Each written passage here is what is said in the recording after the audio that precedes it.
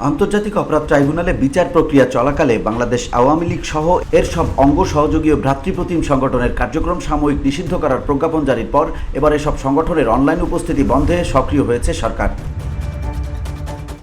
মঙ্গলবার জাতীয় সাইবার নিরাপত্তা এজেন্সি থেকে বাংলাদেশ টেলিযোগাযোগ নিয়ন্ত্রণ কমিশনকে একটি চিঠি পাঠানো হয়েছে।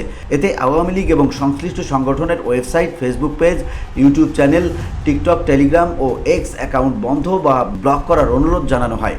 বিষয়টি নিশ্চিত করেছেন প্রধান উপদেষ্টার তথ্য প্রযুক্তি বিষয়ক বিশেষ সহকারী ফয়েজ আহমেদ তৈয়ব। এই পদক্ষেপটি আসে সরকারের গত সোমবার জারি করা প্রজ্ঞাপনের পরপরই, যেখানে সন্ত্রাস বিরোধী অধ্যাদেশের আওতায় আওয়ামী লীগ ও এর সকল সহযোগী সংগঠনের রাজনৈতিক, সাংগঠনিক ও প্রচারমূলক কর্মকাণ্ড নিষিদ্ধ ঘোষণা করা হয়। সেই সঙ্গে মিছিল, সমাবেশ ও সম্মেলনের মতো কার্যক্রমও বন্ধ করার নির্দেশ দেওয়া হয়।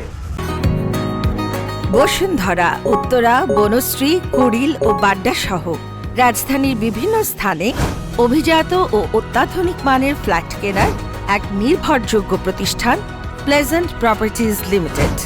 তাই আপনার স্বপ্নের আবাসনের জন্য আজই যোগাযোগ করুন।